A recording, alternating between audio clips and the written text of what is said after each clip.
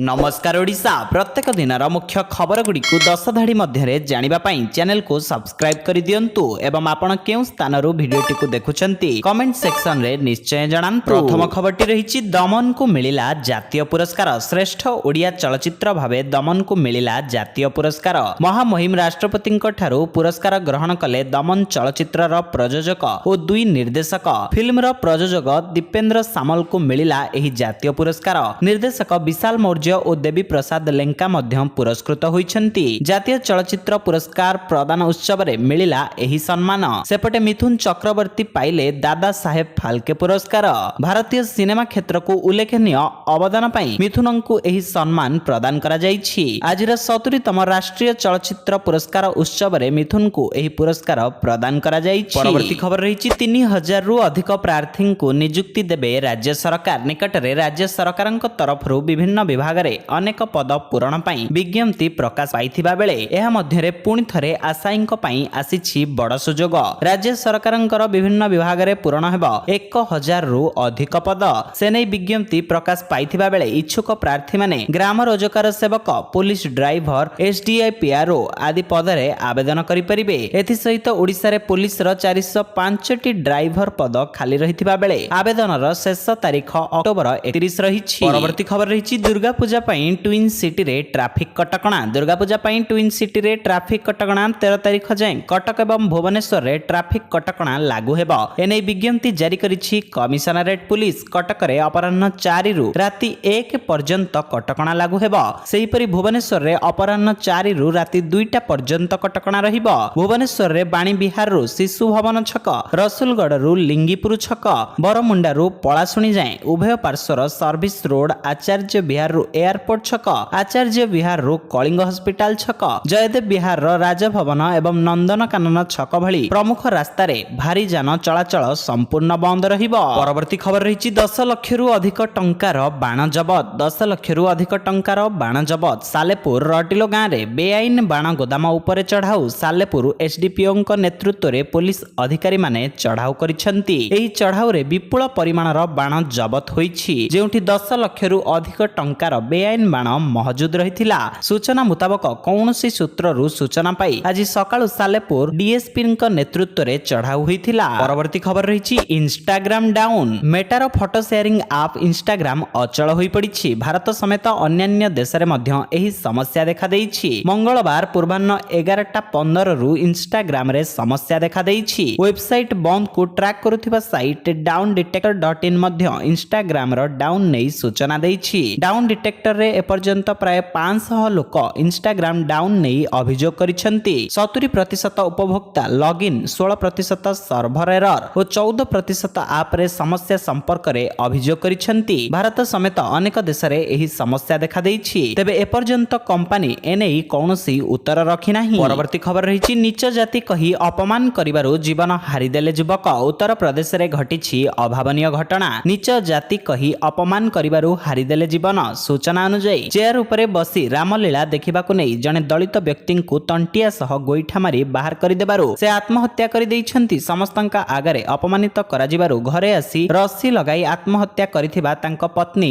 अभियोग करिसंती। मृतक जनक हेउछंती सालेमपुर भिवी ग्रामर 48 वर्षीय रमेश चांद। परवर्ती खबर रहिछि जम्मू काश्मीर रे बाजी मारिला कांग्रेस। हरियाणा एवं जम्मू काश्मीर रा समस्त 90टी सीट पई भोट गणति आरंभ होइथिला। फलाफल रे जम्मू काश्मीर रे कांग्रेस नेशनल कॉन्फ्रेंस मेंट आगुआ रहिछि। बीजेपी एवं पीडीपी पछरे रहि जाइछंती। दुईटी राज्य रे 90 आसन पई निर्वाचन होइथिला। जम्मू काश्मीर रे 3टी फेज और हरियाणा रे गोटिए फेज रे भोटिंग होइथिला। तबे जम्मू काश्मीर रे बीजेपी 27टी सीट पाइथिबा बेले कांग्रेस नेशनल कॉन्फ्रेंस 49टी आसन हासिल करिछि। सेहि परि पीडीपी 5टी सीट एवं अन्य राजनैतिक दल 9टी सीट हासिल करिछंती। परवर्ती खबर रहिछि नवीन पटनायक नोमिनी घोषणा। बीजेडी सभापति तथा विरोधी दल नेता नवीन पटनायक निज निर्वाचन मंडलीर ब्लॉक, पौरांचल और जिला परिषद निमंते नोमिनी घोषणा करिसंती। गत निर्वाचन रे विपर्जय पर बीजेडी पक्षरु ढेर परिवर्तन करा जाइछि। पूर्वतन प्रशासक शरत चंद्र महापात्र को जिला परिषद नोमिनी करी गत 10 वर्ष धरी पूर्वतन मुख्यमंत्री नवीन पटनायक निज निर्वाचन मंडलीर सांगठनिक दायित्व रे रखिथिले। वर्तमान एही नोमिनी दलर वरिष्ठ नेता देवानंद महापात्र को प्रदान करा जाइछि। परवर्ती खबर रहिछि ପାରାଦୀପ ବନ୍ଦରରେ ଅଘଟଣ। ପାରାଦୀପ ବନ୍ଦର ଏମ୍ପିବି ବର୍ଥରେ ଅଘଟଣ ଘଟିଛି। କ୍ରେନ୍ରୁ ଭାଙ୍ଗି ଜାହାଜ ଉପରେ ଖସି ପଡ଼ିଛି ଓଜନିଆ ବୋମ୍ ଗ୍ରାଫ୍। ଏଥିରେ କ୍ରେନ୍ ଅପରେଟର ଆହତ ହୋଇଛନ୍ତି। ତାଙ୍କୁ ଡାକ୍ତରଖାନାରେ ଭର୍ତ୍ତି କରାଯାଇଛି। ଆଜି ସକାଳେ ବୋଥ୍ରା ସିପିଂ କମ୍ପାନୀର କ୍ରେନ୍ଟି ଏକ ବିଦେଶୀ ଜାହାଜ ଏମ୍ଭି ଆମ୍ସି ମ୍ୟାକ୍ସିମମ୍ରୁ ଚୂନ ପଥର ଅନଲୋଡିଂ କରୁଥିଲା। ଏହି ସମୟରେ କ୍ରେନ୍ର ବୁମ୍ ଗ୍ରାଫ୍ଟି ଭାଙ୍ଗି ଯାଇଥିଲା। ଏହି ଅଘଟଣରେ କ୍ରେନ୍ ଅପରେଟର ଆହତ ହୋଇଥିଲେ। ଏଥିସହ ବୁମ୍ ଗ୍ରାଫ୍ ଭାଙ୍ଗି ଜାହାଜ ଉପରେ ପଡ଼ି ସମୁଦ୍ର ପାଣିକୁ ଖସି ପଡ଼ିଥିଲା। ପରବର୍ତ୍ତୀ ଖବର ରହିଛି ପାର୍ବଣ ଋତୁରେ 1000ରୁ ଅଧିକ ଶସ୍ତା ହେଲା ରୂପା। ଆନ୍ତର୍ଜାତୀୟ ବଜାରରେ ରୂପା ମୂଲ୍ୟ ହ୍ରାସ ପାଉଛି ଏବଂ ଏହାର ପ୍ରଭାବ ରୂପା ଦର ଉପରେ ପଡ଼ିଛି। ଆଜି ରୂପା ଦର 1077 ଟଙ୍କା ହ୍ରାସ ଘଟିଛି ଏବଂ ଏହା କିଲୋଗ୍ରାମ ପ୍ରତି 91,280 ଟଙ୍କା ମୂଲ୍ୟରେ ପହଞ୍ଚିଛି। ତେବେ ଏହା କିଲୋଗ୍ରାମରେ 92,223 ଟଙ୍କାରେ ପହଞ୍ଚିଥିବା ବେଳେ କମ୍ ହାରରେ ଏହା କିଲୋଗ୍ରାମରେ 91,264 ଟଙ୍କା ରହିଛି। ଯଦି ଆମେ ଆଜି ରୂପା ହ୍ରାସକୁ ଦେଖିବା ତେବେ ଏହା 1.17% ହ୍ରାସ ପାଇଛି। ଏହିପରି ରୂପା 92,000 ଟଙ୍କା ତଳକୁ ଖସି ଆସିଛି। ଆଜି ସୁନା ହାର 10 ଗ୍ରାମ ପିଛା 75,871 ଟଙ୍କା ରହିଛି ଏବଂ ଏହା 174 ଟଙ୍କା ଶସ୍ତା ହୋଇଯାଉଛି। ଆନ୍ତର୍ଜାତୀୟ ବଜାରରେ ସୁନା ଓ ରୂପା ମୂଲ୍ୟ ଉପରେ ନଜର ପକାଇଲେ ରୂପା ହ୍ରାସ ପାଇଛି ଏବଂ ଏହା 1%ରୁ ଅଧିକ ହ୍ରାସ ପାଇଛି। ପରବର୍ତ୍ତୀ ଖବର ରହିଛି ଆରଜିକର କଲେଜ 50 ଜଣ ସିନିୟର ଡାକ୍ତର ଦେଲେ ଇସ୍ତଫା। ଆନ୍ଦୋଳନରେ ବସିଥିବା ଜୁନିୟର ଡାକ୍ତରଙ୍କୁ ସମର୍ଥନ କରି ଆଜି କୋଲକାତାର ଆରଜିକର ମେଡିକାଲ କଲେଜ ଓ ହସ୍ପିଟାଲର 50 ଜଣ ସିନିୟର ଡାକ୍ତର ଇସ୍ତଫା ଦେଇଛନ୍ତି। ଏହି ଡାକ୍ତରମାନେ ସେମାନଙ୍କ ଇସ୍ତଫା ପତ୍ର ପ୍ରଦାନ କଲାବେଳେ ବିଦ୍ୟାର୍ଥୀମାନେ ତାଳି ମାରି ସେମାନଙ୍କୁ ସମର୍ଥନ ଜଣାଉଥିବାର ଭିଡିଓ ସୋସିଆଲ ମିଡିଆରେ ଦେଖିବାକୁ ମିଳିଛି। ଗତ ଶନିବାର ଠାରୁ ଜୁନିୟର ଡାକ୍ତରମାନେ ବିଭିନ୍ନ ଦାବି ନେଇ ଆମରଣ ଅନଶନରେ ବସିଛନ୍ତି। ସେମାନେ ସେମାନଙ୍କ ସହକର୍ମୀଙ୍କୁ ନ୍ୟାୟ ପ୍ରଦାନ, କ୍ୟାମ୍ପସରେ ଗଣତନ୍ତ୍ର ସ୍ଥାପନ ଓ ରୋଗୀ ଅନୁକୂଳ ବାତାବରଣ ବ୍ୟବସ୍ଥା ତିଆରି କରିବା ଦାବିରେ ଆନ୍ଦୋଳନ କରୁଛନ୍ତି। ସେମାନଙ୍କର ଆହୁରି କିଛି ଦାବି ରହିଛି। ପରବର୍ତ୍ତୀ ଖବର ରହିଛି ରାଜନୀତି ବାଜି ଜିତିଲେ କୁସ୍ତି ଯୋଦ୍ଧା ବିନେଶ ଫୋଗତ। ହରିୟାଣାର ଜୁଲାନା ବିଧାନସଭା ନିର୍ବାଚନ ମଣ୍ଡଳୀରୁ କଂଗ୍ରେସର ବିନେଶ ଫୋଗତ ବିଜୟୀ ହୋଇଛନ୍ତି। 6015 ଭୋଟରେ ଜିତିଛନ୍ତି ପୂର୍ବତନ ତାରକା କୁସ୍ତି ଯୋଦ୍ଧା ବିନେଶ। ସେ ମୋଟ 65,080 ଭୋଟ ପାଇଥିବା ବେଳେ ବିଜେପିର କ୍ୟାପ୍ଟେନ ଯୋଗେଶ ବୈରାଗୀଙ୍କୁ ମିଳିଛି 59,065 ଭୋଟ। ବିନେଶ ଫୋଗତଙ୍କ ଏହି ବିଜୟକୁ କଂଗ୍ରେସ ପାଇଁ ଏକ ବଡ଼ ସଫଳତା ଭାବେ ବିବେଚନା କରାଯାଉଛି କାରଣ ସେ ବିଜେପିର ଜଣେ ପ୍ରଭାବୀ ପ୍ରାର୍ଥୀଙ୍କୁ କଡ଼ା ଟକ୍କର ଦେଇ ଏହି ବିଜୟ ହାସଲ କରିଛନ୍ତି। ପରବର୍ତ୍ତୀ ଖବର ରହିଛି ସୁଭଦ୍ରା ଟଙ୍କା ନେଇ ଉପମୁଖ୍ୟମନ୍ତ୍ରୀ ପ୍ରଭାତୀ ପରିଡାଙ୍କ ବଡ଼ ସୂଚନା। ସୁଭଦ୍ରା ଟଙ୍କା ନେଇ ଉପମୁଖ୍ୟମନ୍ତ୍ରୀ ପ୍ରଭାତୀ ପରିଡାଙ୍କ ବଡ଼ ସୂଚନା। ଆଜି ଦିନ 12ଟା ପୂର୍ବରୁ ହିତାଧିକାରୀଙ୍କୁ ମିଳିବ ସୁଭଦ୍ରା ଟଙ୍କା। ହିତାଧିକାରୀଙ୍କ ଆକାଉଣ୍ଟକୁ ପ୍ରଥମ କିସ୍ତି ପଠାଇବେ ମୁଖ୍ୟମନ୍ତ୍ରୀ। ଏନପିସିଆଇ କ୍ଲିୟରାନ୍ସ ଥିବା 35 ଲକ୍ଷରୁ ଅଧିକ ମହିଳାଙ୍କୁ ମିଳିବ ଟଙ୍କା। ଆକାଉଣ୍ଟକୁ ଆସିବ ପ୍ରଥମ କିସ୍ତିର ଦ୍ୱିତୀୟ ପର୍ଯ୍ୟାୟ ଟଙ୍କା। ମହିଳାଙ୍କ ଆକାଉଣ୍ଟକୁ ଆସିବ 5,000 ଟଙ୍କା। ଏନେଇ ସୂଚନା ଦେଲେ ଉପମୁଖ୍ୟମନ୍ତ୍ରୀ ପ୍ରଭାତୀ ପରିଡା।